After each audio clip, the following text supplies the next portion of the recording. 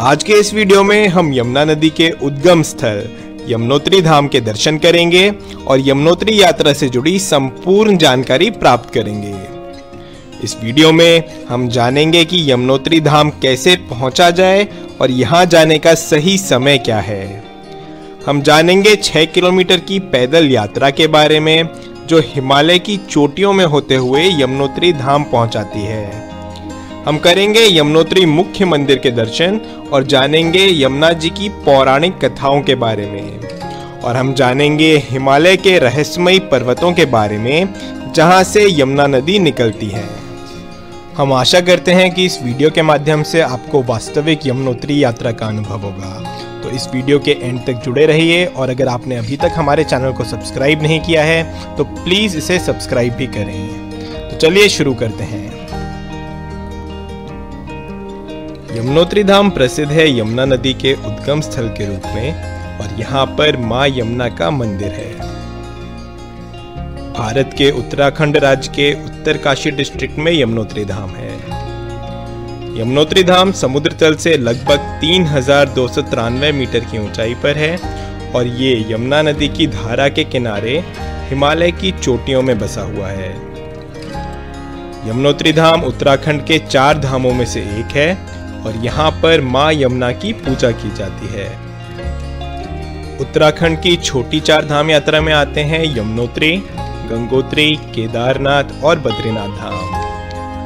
हम केदारनाथ और गंगोत्री के ऊपर वीडियो पहले ही बना चुके हैं जिसे कि आप हमारे चैनल पे जाके देख सकते हैं और इनका लिंक हमने वीडियो के डिस्क्रिप्शन में भी डाल रखा है। और अपने आने वाले वीडियोस में हम बद्रीनाथ धाम को भी कवर करेंगे।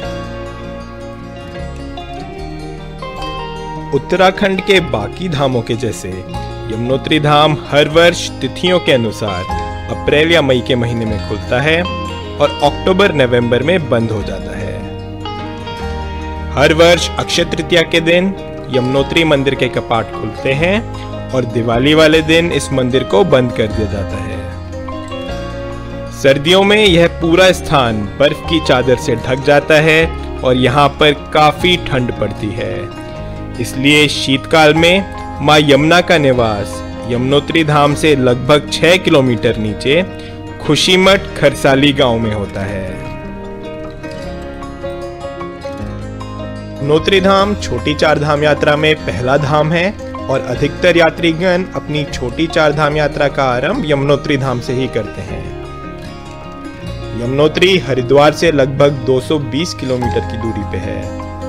यमुनोत्री जाने के लिए पहले आपको सड़क मार्ग का इस्तेमाल करके कार या बस से जानकी चट्टी तक पहुंचना पड़ता है और जानकी चट्टी से 6 किलोमीटर की पैदल यात्रा करने के बाद आप यमुनोत्री धाम पहुंचते हैं।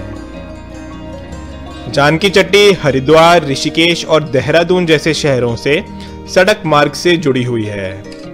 आप हरिद्वार, ऋषिकेश या देहरादून तक ट्रेन से आ सकते हैं और यदि आप प्लेन से आना चाह रहे हैं तो यमुनोत्री धाम के जो निकटतम एयरपोर्ट है वो है जॉली ग्रांट एयरपोर्ट जो कि देहरादून के पास है।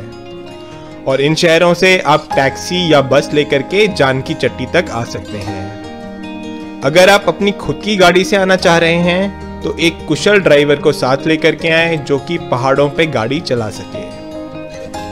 हरिद्वार से जानकी चट्टी जाने के लिए 2 रूट हैं।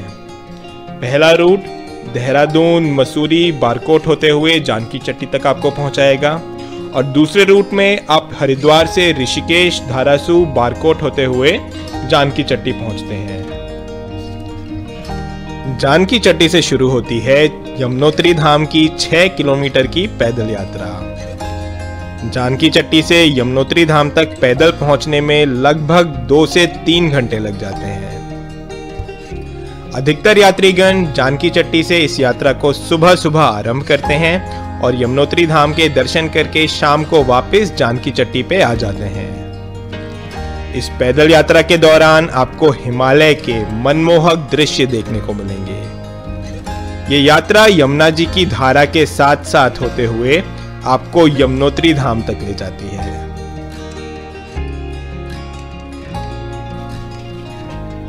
ये यात्रा काफी ऊंचाई पर है और इस पैदल मार्ग में कई जगह चढ़ाई थोड़ी अधिक है। इसलिए अगर आप इस यात्रा को पैदल करना चाह रहे हैं तो आप थोड़ा चलने फिरने की प्रैक्टिस पहले ही शुरू कर दें और यात्रा में आप अपने साथ एक लकड़ी की छड़ी भी ले लें, जिससे कि आपको पैदल यात्रा करने में थोड़ी सहायता होगी। पैदल यात्रा के अलावा आपके पास कुछ और विकल्प हैं, जैसे कि आप खच्चर की सवारी या फिर पालकी या फिर पिट्ठू से इस यात्रा को कर सकते हैं। खच्चर, पिट्ठू, पालकी इत्यादि आपको जानकी चट्टी से ही मिल जाते हैं और इनके रेट्स सीजन के हिसाब से चेंज होते रहते हैं। यात्रा के दौरान आपको यमुना नदी और इसके आसपास की पर्वत श्रृंखलाओं के सुंदर दृश्य देखने को मिलेंगे। यात्रा के मार्ग में जगह जगह पर पीने के पानी और टॉयलेट्स की भी व्यवस्था करी हुई है। साथ ही साथ आपको खाने पीने के स्टॉल्स, चाय की दुकान इत्यादि भी मिलेंगे, जहां पर आप बैठ कर के चाय का लुत्फ उठा सकते हैं या फिर भोजन का आनंद ले सकते हैं।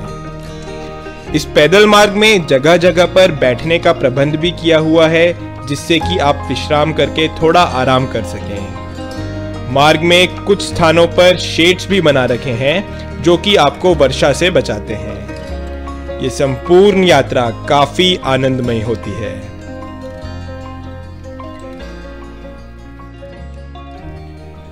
जानकी चट्टी से लगभग 4.5 किलोमीटर चलने के बाद आपको भैरव बाबा के मंदिर के दर्शन होंगे और यमुनोत्री धाम से लगभग 200 मीटर पहले आपको यमुनोत्री मंदिर का पहला दृश्य देखने को मिलेगा और ये अद्भुत है। यहां से आप देखेंगे कालिंदी पर्वत पे स्थित अति सुंदर यमुनोत्री मंदिर। यमुनोत्री मंदिर के पीछे आपको बंदरपूछ पर्वत श्रृंखलाएं भी दिखेंगी और ये दृश्य देखने में अद्भुत है। जानकी चट्टी से 6 किलोमीटर की यात्रा करने के बाद आप पहुंचते हैं यमुनोत्री मंदिर। इस मंदिर का निर्माण तहरी नरेश महाराजा प्रताप शाह ने कराया था, किंतु भूकंप के कारण ये मंदिर ध्वस्त हो गया था, तो इसका पुनर्निर्माण जयपुर की महारानी गुलेरिया देवी ने कराया। मंदिर के अंदर यमुना जी की काले पत्थर की मूर्ति है और यहाँ पर मां यमुना की पूजा की जाती है। मंदिर परिसर में ही है तप्त कुंड। तप्त कुंड में गर्म पानी की धारा बहती है और यमुनोत्री मंदिर के दर्शन से पहले यात्री तप्त कुंड में स्नान करते हैं। इस कुंड में स्नान करने से आपकी यात्रा की पूरी थकान मिट जाती है। तप्त कुंड के पास में ही है दिव्यशिला, जिसकी पूजा मुख्य मंदिर में घुसने से पहले की जाती है और इसी के पास है सूर्य कुंड, जिसमें की काफी गर्म पानी की धारा बहती है और इसमें यात्रीगण पोटली में भर के आलू और चावल को पकाते हैं और इसी आलू और चावल को प्रसाद के रूप में मां यमुना को उनके मुख्य मंदिर में चढ़ाया जाता है। आलू और चावल को यात्रीगण अपने साथ यमुना जी के प्रसाद के रूप में अपने अपने घर ले जाते हैं। यमुना जी सूर्यदेव और संज्ञा की पुत्री हैं और यमराज की जुड़वा बहन है। यमुना जी के एक भाई शनिदेव भी हैं, जो कि सूर्यदेव और छाया के पुत्र हैं। मां यमुना धरती के कल्याण के लिए गौलोक से पृथ्वी पर अपने शीतल रूप में इसी स्थान पर उतरी। मां यमुना ने दिव्य शिला पे बैठ के तपस्या करी, जिससे कि उनके पिता सूर्यदेव ने उन्हें दर्शन दिए। सूर्यदेव ने अपनी पुत्री यमुना के लिए इस स्थान पर अपनी एक किरण छोड़ी, जो कि सूर्य कुंड में गर्म पानी की धारा के रूप में यहाँ पे बहती है। सूर्य कुंड और यमुना नदी की धारा में मात्र 10 मीटर की दूरी है, किंतु सूर्य कुंड का पानी काफी गर्म है और यमुना नदी का जल एकदम शीतल है। यमुना जी यमराज की जुड़वा बहन है। माना जाता है कि हर वर्ष रक्षाबंधन के दिन यमराज यहाँ पे अपनी बहन यमुना से राखी बंधवाने आते हैं। यमराज अपनी बहन से काफी स्नेह करते हैं और उन्होंने यमुना जी को ये वरदान दिया है कि जो भक्त सच्चे मन से यमुना जी में स्नान करेगा वह यमलोक के कष्टों से मुक्त हो जाएगा। माना जाता है कि यमुना जी में स्नान करने से मनुष्य सभी पापों से मुक्त हो जाता है। यमुना नदी कालिंद पर्वत से होते हुए यमुनोत्री धाम पहुंचती है और यमुना जी का एक नाम कालिंदी भी है। यमुनोत्री धाम के पीछे आपको बंदरपूछ पर्वत श्रृंखला का अद्भुत दृश्य देखने को मिलेगा। इन पर्वतों से अन्य कई धाराएं जैसे कि गरुड़ गंगा, गणेश गंगा, नाग गंगा, हनुमान गंगा इत्यादि निकलती हैं और ये अलग अलग स्थान पर यमुना नदी से मिलती हैं। यमुनोत्री धाम से कुछ किलोमीटर ऊपर जाकर के है सप्तऋषि कुंड, जहां से यमुना नदी की धारा निकल करके यमुनोत्री धाम पहुंचती है। सप्तऋषि कुंड जाने का रास्ता काफी दुर्गम है और वहां जाने के लिए करीब 14 किलोमीटर की कठिन ट्रैकिंग करनी पड़ती है। इस ट्रैक में हिमालय के अद्भुत दृश्य देखने को मिलते हैं। माना जाता है कि हिमालय की इन ऊंचाइयों पर कई चमत्कारी पौधे और जड़ी बूटियां भी पाई जाती हैं। यहाँ पर सूर्य कमल फूल भी देखने को मिलता है। हिमालय की इन्हीं चोटियों में कई ऋषि मुनि सालों से तपस्या कर रहे हैं। सप्तऋषि कुंड का पानी नीले रंग का है और इसके पास एक शिव मंदिर भी है। सप्तऋषि कुंड में पानी आता है यमुनोत्री ग्लेशियर से, जिसे कि चंपारस ग्लेशियर के नाम से भी जाना जाता है। और यहीं से यमुना जी निकलती हैं और भारत के प्रमुख शहरों से होते हुए प्रयागराज में गंगा जी से जाकर के मिलती हैं।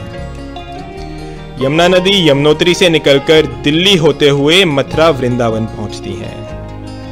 भगवान कृष्ण के बचपन की कई लीलाएं यमुना नदी के तट पर ही हुई हैं।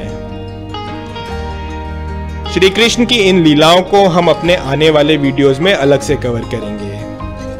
मथुरा से आगे यमुना जी पहुंचती हैं आगरा और आगरा का ताजमहल भी यमुना नदी के तट पर ही स्थित है।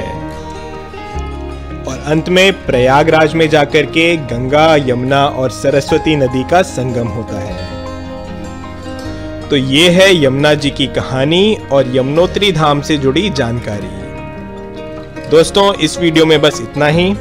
अगर आपने अभी तक हमारे चैनल को सब्सक्राइब नहीं किया है तो प्लीज इसे सब्सक्राइब करें और अगर ये वीडियो पसंद आया हो तो इसे लाइक और शेयर जरूर करें। हम अपने आने वाले वीडियोस में बद्रीनाथ धाम को भी कवर करेंगे और हमने अपने चैनल पे और भी कई सारे वीडियोस डाल रखे हैं गंगोत्री धाम के ऊपर, केदारनाथ के ऊपर, ऋषिकेश, 12 ज्योतिर्लिंग इत्यादि के ऊपर, तो उन्हें भी आप हमारे चैनल पे जाकर के देख सकते हैं।